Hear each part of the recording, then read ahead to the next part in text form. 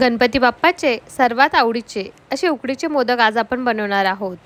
घरामध्ये सुद्धा सर्वांना आवडतात, परंतु खूप अवघड असल्यामुळे बरेच जण हे उकडीचे मोदक करणं टाळतात. आज आपण एकदम सोप्या पद्धतीने म्हणजेच मोदकाचा साचा वापरून हे मोदक बनवणार आहोत. जर तुम्हाला त्याची कळी पाडता येत नसेल तर ह्या पद्धतीने तुम्ही मोदक नक्की ट्राय करा. पहिल्यांदा बनवणार असतील तरीसुद्धा बिलकुलही बिघडणार नाहीत. व्हिडिओमध्ये भरपूर साऱ्या टिप्स दिलेल्या आहेत, त्यामुळे व्हिडिओ शेवटपर्यंत नक्की पहा.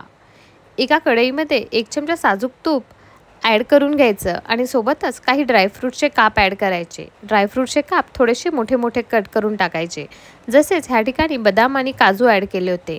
2 मिनटं परतून घेतल्यानंतर त्यामध्येच 2 वाटी किसलेलं ओल्या नारळाचं खोबरं आपण ॲड करायचं. ह्या ठिकाणी मी ऑलरेडी एक व्हिडिओ आपल्या चॅनलवर शेअर केलेला आहे.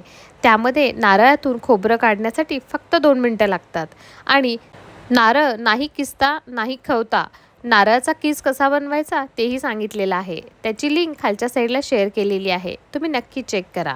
2 वाटी ओल्या नारळाचा किस 5 मिनटं परतून घेतल्यानंतर त्यामध्ये 1.5 वाटी आपण गूळ व्यवस्थित किसून ॲड करायचा. 2 वाटी खोबऱ्यासाठी 1.5 वाटी गूळ हा एक परफेक्ट प्रमाण आहे. हे मिश्रण गूळ वितळेपर्यंत एक 5 मिनटं परतून घ्यायचा. गूळ व्यवस्थित वितळल्यानंतर त्यामध्ये 1 चमचा खसखस जी आधी थोडीशी ड्राय रोस्ट करून घेतलेली ती ॲड करायची आणि सोबतच थोडीशी वेलची पूड.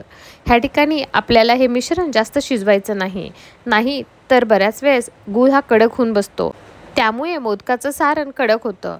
त्यामुळे फक्त व्यवस्थित गूळ वितळला आणि ड्रायफ्रूट्स व्यवस्थित परतून निघाले खोबरं की आपण हे गॅस बंद करायचा आणि हे सारण थंड करायला ठेवायचं. सारण थंड होते तोपर्यंत आपण उकड काढून घेऊत.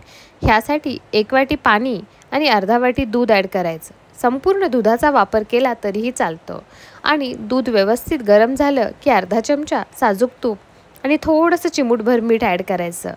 त्यामुळे पारी अशी सपक लागत नाही, तर नक्की थोडंसं चिमूटभर मीठ ॲड करा.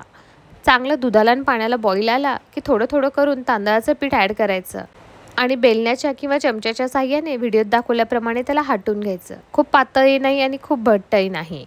तर 1.5 वाटी मिश्रणासाठी आपण 1 वाटी ह्या ठिकाणी तांदळाचं पीठ वापरलं.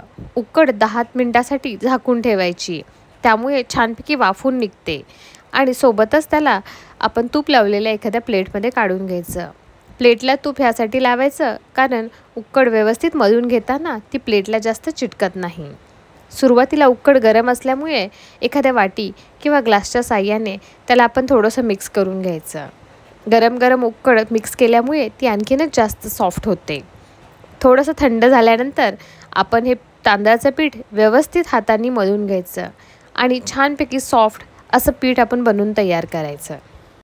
ही स्टेप मोदकामध्ये खूप महत्त्वाची असते, कारण ह्यामुळेच आपली पारी जाड किंवा पातळ कशी बनेल हे डिपेंड असतं. त्यामुळे व्यवस्थित मळून घ्यायचं. ह्या ठिकाणी 3 फोल्डचा साचा वापरलेला आहे.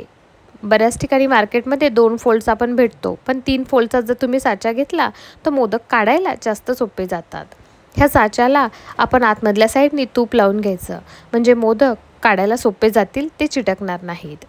एखादा गुलाबजामुन इतका गोळा आपण काढून घ्यायचा आणि त्याला आपण हातावर व्यवस्थित मळून तो तांदळाच्या पिठाचा गोळा आपण साच्यामध्ये ॲड करायचा आणि त्याला बोटाच्या साहाय्याने व्हिडिओत दाखवल्याप्रमाणे सर्व साईडनी दाबून घ्यायचं, म्हणजे पातळ अशी आपली मोदकाची पारी बनून तयार होते.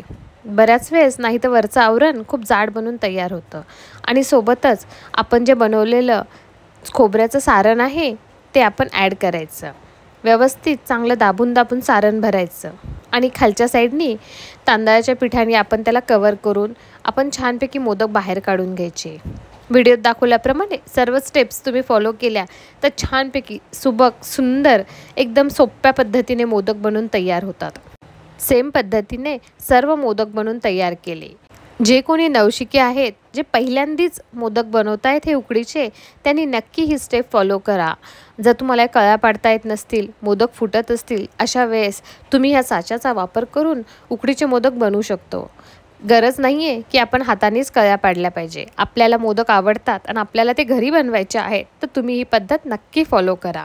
आणि वरच्या साईडला थोडंसं एक केशरची काडी ठेवली तर आणखीनच छान सुबक सुंदर दिसायलाही असे मोदक बनून तयार होतील. स्टीमरमध्ये पाणी गरम झालं की आपण त्यामध्ये मोदक वाफ होण्यासाठी ठेवायचे. मोदक फक्त 10 मिनटं स्टीम करायचे. जास्त वेळ जर स्टीम केले तर मोदक फुटतात आणि सर्व सारण बाहेर येतं.